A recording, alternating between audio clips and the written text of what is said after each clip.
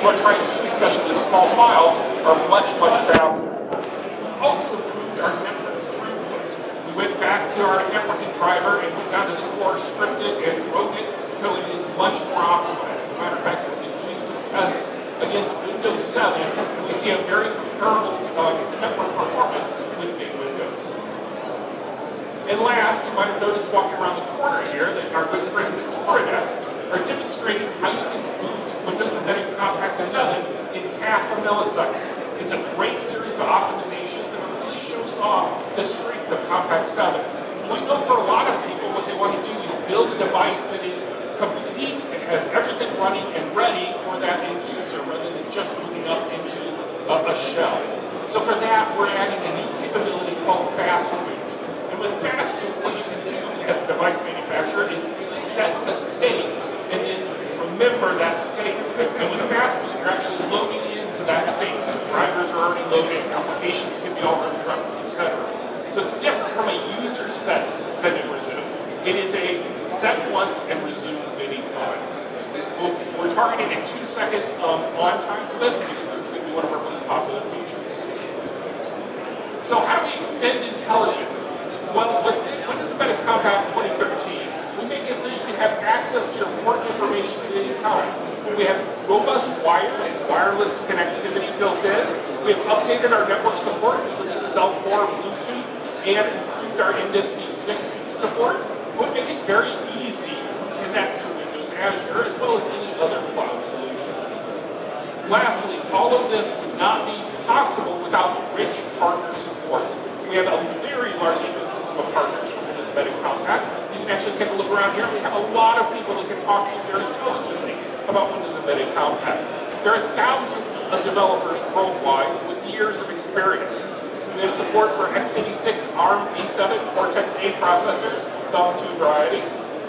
We have BSPs from TI, Freescale, AMD, Renesas, and much more coming out for this product. And new drivers from Wi-Fi chipset vendors and others. Since we're in the development process, we don't have actual that list here, but we have a lot of support in the industry. And we also have robust third-party support for people like vSquare, In the Hand, Opera, Zetakey. As a matter of fact, at 2 o'clock today, we're going to be doing a demonstration of Windows Embedded Compact 2013 and the HTML5 support that's provided by vSquare. So vSquare actually ships a browser for HTML5, and they'll show you how it integrates with Windows Embedded Compact 2013. So let's talk about the features that we want to talk about for this demo. Specifically, creating front ends with XAML development tools. So maybe a little background for that. So the first improvement for XAML is we changed the name. This is a significant improvement, my belief. We used to call this feature set Silverlight for Windows Embedded. And what we found is people were confused all over the place. Because they thought because it was Silverlight, it needed to run in the browser, just like Silverlight runs in the browser. Instead, what we're doing is taking the XAML technology and letting you run natively. So by calling it Silverlight for Windows Embedded, it was confusing. So we changed the name because it really is XAML Technologies for Windows Embedded. And that's what we're going to move forward with that technology. Now we've also updated this capability with the new Blend 5 tool, and it gives us some great trigger actions and some blend behaviors that were brand new for building these XAML front ends. We also have much improved data binding capabilities within XAML. So you can do UI to UI data binding, you can do all sorts of different kind of data binding that was available with our Blend 3 tool. Lots of great capabilities coming out. Now the design tool is based on what is built into Visual Studio 2012 Update 2, which is the Expression Blend 5 set. It is updated directly with us so that when you install Windows Embedded Compact 2013, you immediately are connected to those blend tools.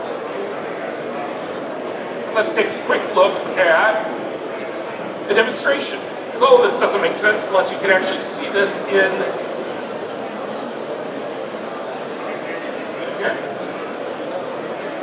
So I'm going to start by telling you a little bit about a company called Veloce. The idea behind this demonstration is I want to talk about a car company.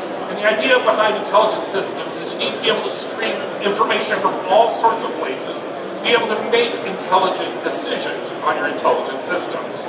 So I'm going to start out here with Veloce. This is pretend I am the managing director of manufacturing, and I want to keep a close eye on my plants without actually having to be there and understand it. So I'm going to my factory locator. This actually pulls data directly from, say, Bing Maps to show the world, as well as data specifically from the factories here. And I can drill down very simply on this information.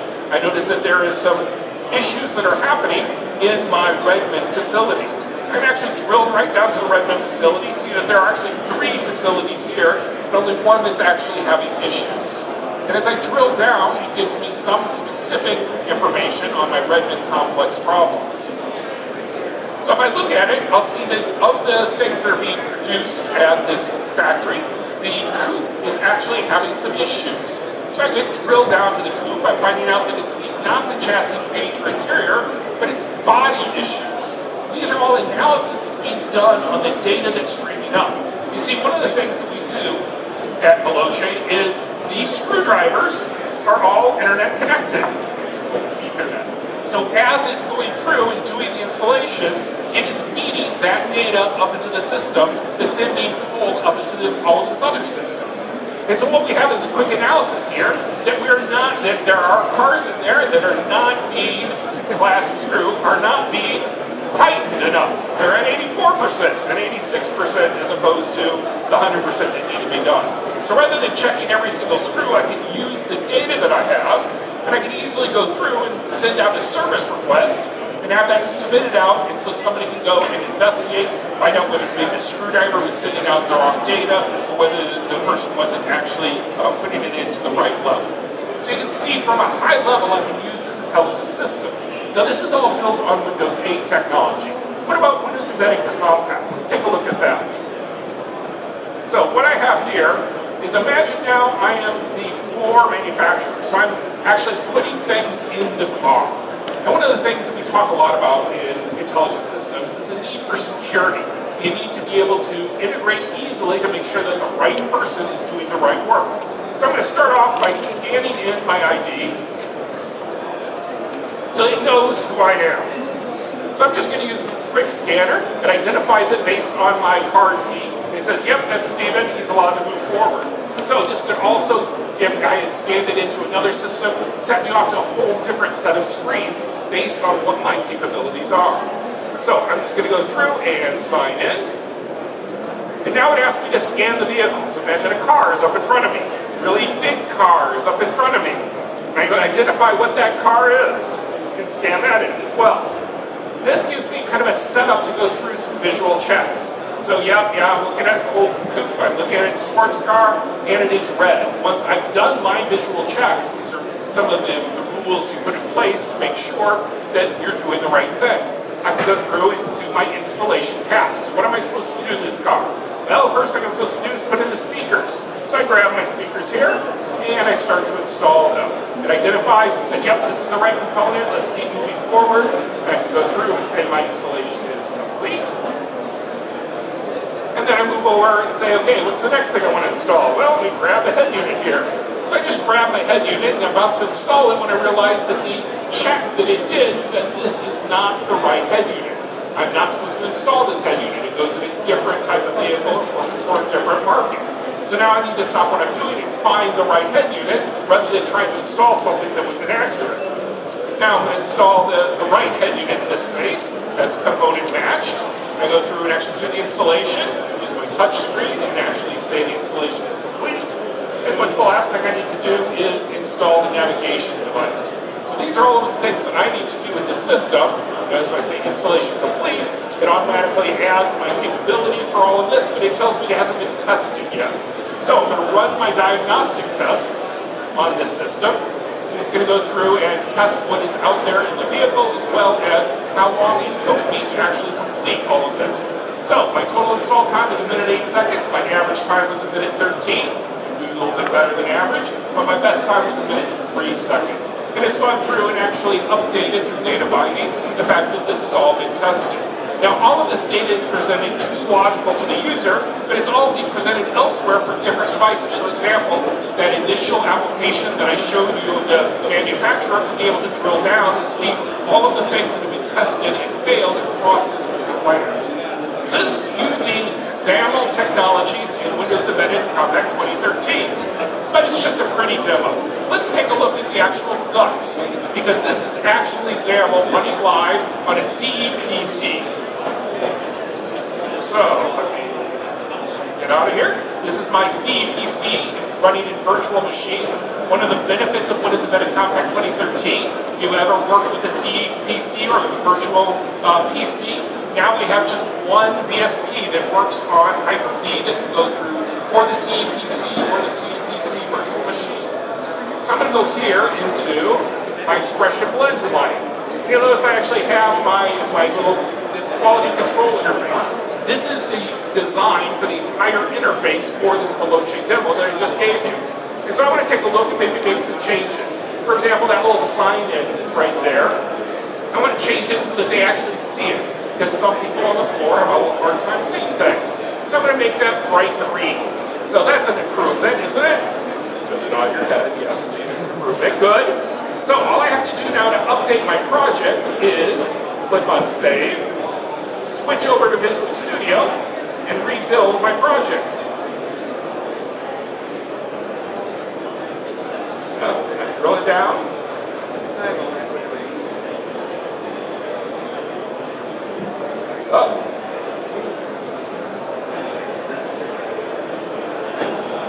Justine, give me a little help here. She changed where we were working on it.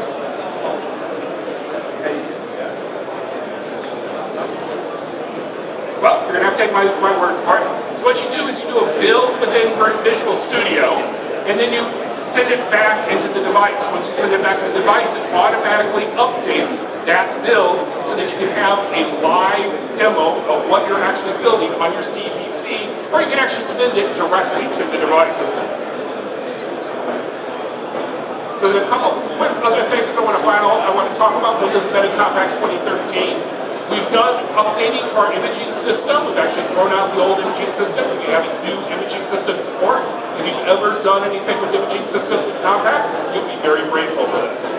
We've also created new simplified shell samples. For those of you who are familiar with Windows Embedded Compact, we've shipped for many years an old shell that looked like Windows 95. It was god-awful ugly, but we knew that a lot of people needed some kind of shell capability. So with this release, we actually have a very simplified shell that takes a lot less resources, so you can use that as a background shell should your application need to be able to crash or go and do other things. We've also updated our help viewer systems, adding HTML support for being able to launch HTML into a help system. And we also have a number of HTML5 browsers available from third parties. That was my demo. So, that in a nutshell is Windows Embedded Compact 2013. We'll be doing another demonstration at 2 o'clock where you'll see me deliver the same slides, but people from B-Square will be showing HTML5. If you have any questions, I'm going to be over on the booth the rest of the week. Thank you very much. Please pick up a schedule. We have an awful lot of great presentations that are happening, and it's all in here on the schedule as opposed to having it on the wall. So, grab one of these schedules, and I'll see you back in a little while. Thank you.